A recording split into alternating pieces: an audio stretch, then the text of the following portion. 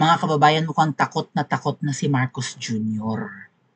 sa mga makikisig or sa mga sundalo. Pero sino sa kanila ang kinatatakutan? Yung mga nasa serbisyo pa ba o yung mga retired na? Nung nakaraan, lalo nung September 21, nag-rally, di ba? Sumama sa rally ang mga retired men in uniform. And isa sa kanila ay si former General or Major General Romeo Poquiz. Mukhang natatakot at napapraning na si Marcos Jr. Kaya humahantong siya ngayon sa desisyon na paaalisan ng pensyon ang mga retired men. O, eto ang post ni Romeo Poquiz. Patungkol sa balak ni Marcos Jr. na paalis. Bakit aalisin nga pala mga kababayan? Ang pensyon. Kasi, let's face it, money is power. Mahihirapan kang mag-mobilize, mahihirapan kang kumilos, lumaban kung wala kang pera. Anong gagastusin mo? Pangkain, pamasahe, right? Pambili ng mga tarpaulin, rally materials, maybe protection sa sarili mo, 'di ba? Baka kailangan mo ng tawag diyan, pang self-defense. Kung ikay may pera at may nadudukot, makakapalag ka.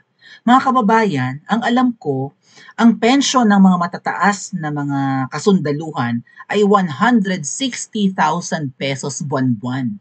Ito siguro yung dahilan kung bakit binalak na bawasan noon ng ng governor ng Bangko Sentral ng Pilipinas na inappoint din ni Ngiwi.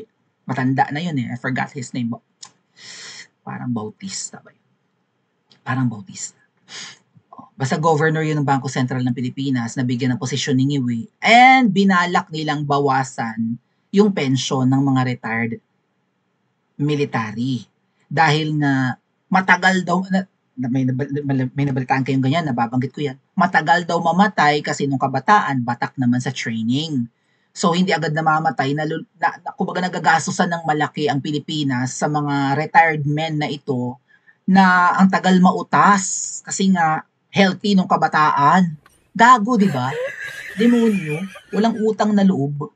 Anyway, biro mo 160,000 yan. Sapat yan, no? Labis sa iyong pangangailangan. Kung halimbawa, nakapagpatapos ka na ng anak mo, retired na sila Baka may mga trabaho na yung mga anak nila, baka mga professionals na rin. And you have this pension, ay kahit na hindi ganun kalaking pera yan, yung 160,000, sapat yan. 'Di ba? Kung gusto mong pumalag. Pero, kung parurusahan ka at aalisan ka ng pensyon, paano ka pa lalaban? Dapat ko bang i-share sa inyo yung isa sa reasons? Pero siguro dapat nyo malaman Alam nyo ba ang dahilan kung bakit tinanggalan ng confidential funds si VP Sara? Medyo connected sa topic natin ngayon. Yun yung isa sa main reasons kung bakit tinanggalan ng confidential fund ang ating Vice President. Ikukwento ko sa susunod na live ko sa Princess Maui 2. Mag-subscribe kayo sa Princess Maui 2. Huwag nyo rin kalimutang mag-subscribe sa bagong channel ni 167. Just like meron akong backup channel, Princess Maui 2.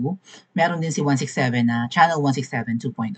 Kasi malimit kaming ma-strike ng YouTube, may mga violations, may na-mass report, so kailangan may backup. And then sa live ko po, mas nagchichika ako ng mga, sabihin na natin, mga sensitive na topics or dapat nga sikreto. Kaya doon ko sinishare sa Princess Maui 2 para konti lang, right? Kasi maliit pa siya. Bukod sa para dumami tayo doon, is ilimit din yung views. Kasi sa Princess Maui 1, 139,000 na tayo mga kababayan, marami ang makakaalam. And yun nga po, kapag may nare-receive akong info, kailangan ko na siyang i-share para eventually, 'di ba, mapatunayan ko na, nabanggit ko na yan. 'Di ba, legit, totoo. Anyway, going back, pipilayan, parusa to plus hindi makakapag-mobilize ang men in uniform. Parang talaga, dito takot si Marcos Jr. Yung mga tao at mga Pilipino na sanay lumaban noon sa gyera at labanan, ang pumapalag sa kanya ngayon. Kasi kami nga na nag-EDSA, ordinaryong mga tao, threat na sa kanila. Hindi sila threatened kung nasa liwasan ang mga pagtitipon, or Luneta, or Raha Sulaiman. Pero kapag nag-EDSA, ay dahil sandamakmak na pulis ang pinapadala. At ang inaalala nila kapag itong mga kasundaluhan, mapa-retired man or nasa serbisyo pa, ang sumama sa taong bayan, tagilid na tagilid, baka lumubog na ang bangka. Okay? Threatened na sila sa ordinaryong Pilipino na hindi kayang lumaban, lalo silang threatened sa mga men in uniform kahit pa retired yan. So, pinipilayan nila. Okay? Dahil nga may mga acts of sedition daw, gusto daw pabagsakin ang gobyerno ng adik. Okay. Anong sabi din eh? Mga retired official or na opisyalis, binabala ang tatanggalan ng pensyon. Ang pensyon ng ay gusto nilang wag nang pumalag, no? Sige, ano pa kayo, mag-rally-rally pa kayo, sumigaw-sigaw pa kayo sa mga kalsada at 'di ba? At bumatikos. Siguro feeling nila kapag ginawa 'yun, hindi na. Kaya nga parang ang dating mukha tayong lahat na pera, mukhang pera. O sige ha, awayin niyo kami. Parang elite ba ang mga ganyan o mga isip bata? Sige, awayin nyo kami, wala kayong candy. Something like that, right? Akala mo sila yung may control. Akala mo hindi tayo makakakain kung papalag tayo. Right?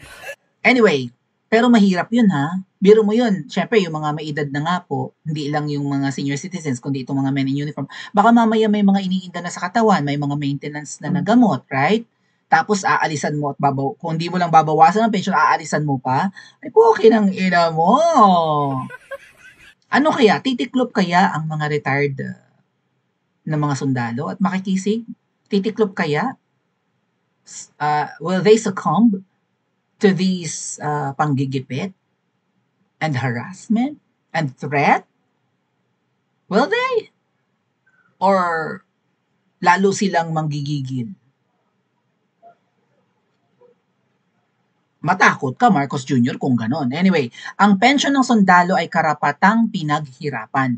Hindi pribilehiyo na maaaring bawiin kung kailan gustuhin. Karapatan nila yan.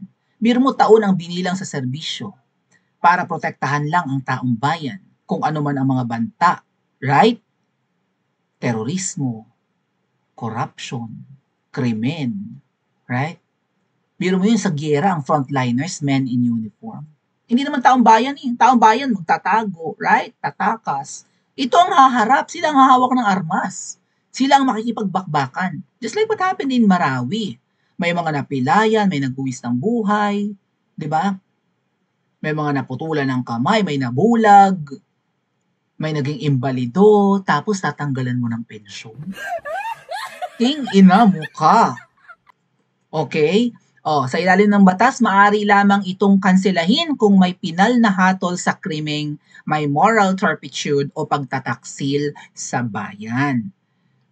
So kailangan pala dumaan sa paglilitis. Right?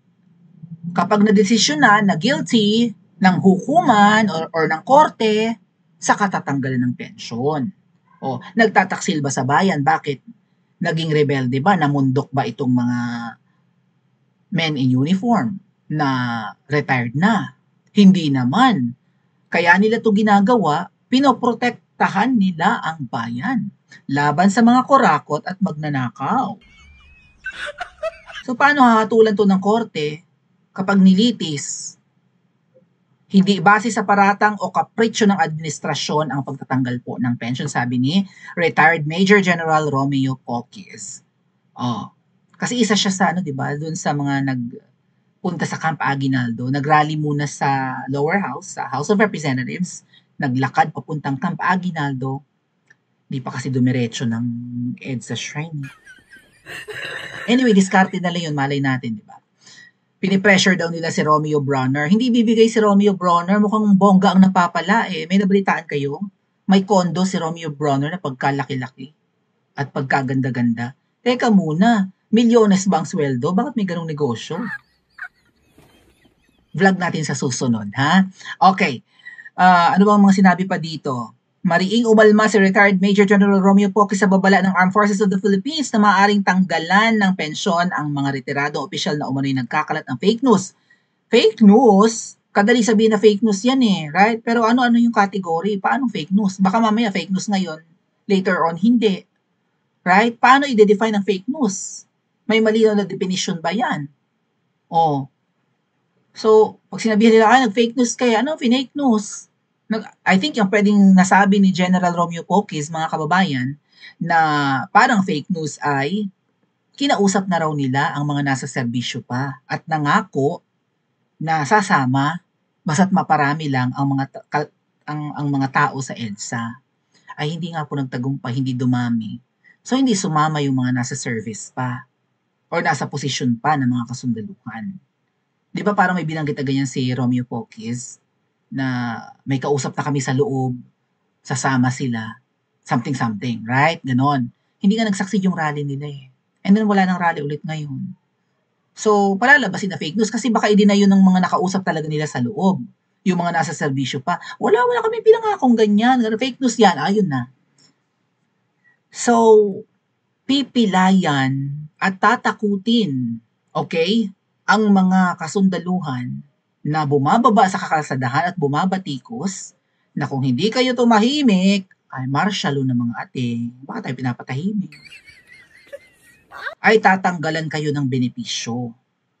Ay kaso mukhang hindi nagpapasindak si Romeo Poques. Mali ka ng sinindak ni Wi. Kung ordinaryong tao, baka pa, ay na, yating, teka muna, wag na lang, tumahimik tayo, yayaman pa tayo, tumahimik tayo, di ba, safe tayo, ano ba yun? Hindi nga takot yan humarap sa bala eh. Sa katulad mo pang lampa, hindi kaya dapat tumakas ka na at mag-Hawaii 2.0 na, niwi? Dapat na ba silang umalis ng Pilipinas? Pa-comment po sa comment section at mag-like at subscribe din po kayo.